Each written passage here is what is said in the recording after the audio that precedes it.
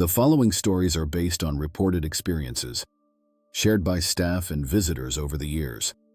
Accounts that, to this day, have never been fully explained. When you think of haunted ships, you think of shipwrecks, tattered sails, drifting through the fog. The Queen Mary is none of that. It's not abandoned. It's not lost at sea.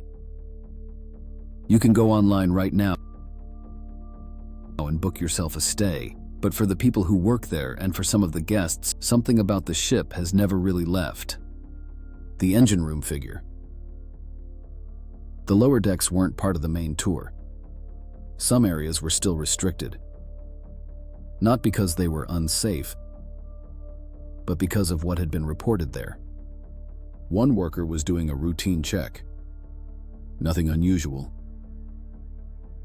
Just another night on the ship. Then he heard it. A heavy metal sound, like something closing in the distance. He knew that sound. It came from one of the watertight doors, a place tied to one of the ship's most well-known incidents. That's when he saw it. A figure, standing just beyond the light.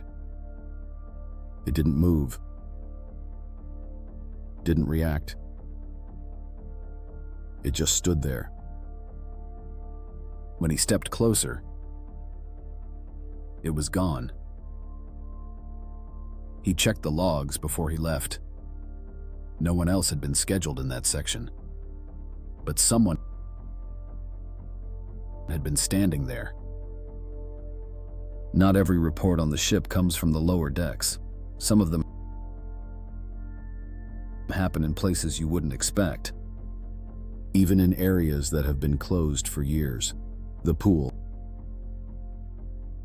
The pool had been closed for years. Drained. Silent. Just another part of the ship left behind. But some staff still had to pass through the area. One of them noticed something that didn't make sense. At first it was nothing obvious. Just a feeling. Like something was off. Then the temperature dropped. The feeling of uneasiness grew. The feeling that something there shouldn't be there. He stopped, trying to make sense of it.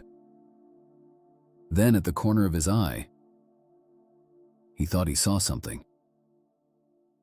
But when he turned, looking directly at the spot where it happened, nothing. And just as quickly as it started, the feeling stopped. Like nothing had ever been there at all. Voices in empty rooms.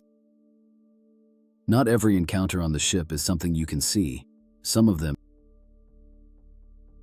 you only hear. Late at night, the hallways are quiet. Guests in their rooms, doors closed. But the work never really stops. One cleaning staff member was finishing her rounds, moving from room to room, checking what had been completed and what still needed to be done. When she reached one of the doors, she paused.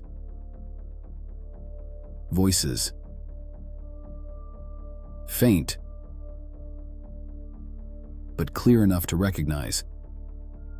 People talking inside the room. She assumed it was occupied, so she moved on. A little further down the hallway, it happened again. Another room. More voices. Quiet conversation. Just behind the door. Again. She skipped it, figuring the guests were still inside. Later, she checked in with her supervisor. letting him know there were still a few rooms she hadn't been able to get to. He looked over the list, then looked back at her, and told her those rooms weren't occupied. They hadn't been booked that night. No one had checked in. No one had been assigned to them. And no one should have been inside. Some say the Queen Mary is one of the most haunted places in the world, not because of what you see, but because of what might still be there when no one is. If you enjoy real stories like these, consider subscribing. There's more to come.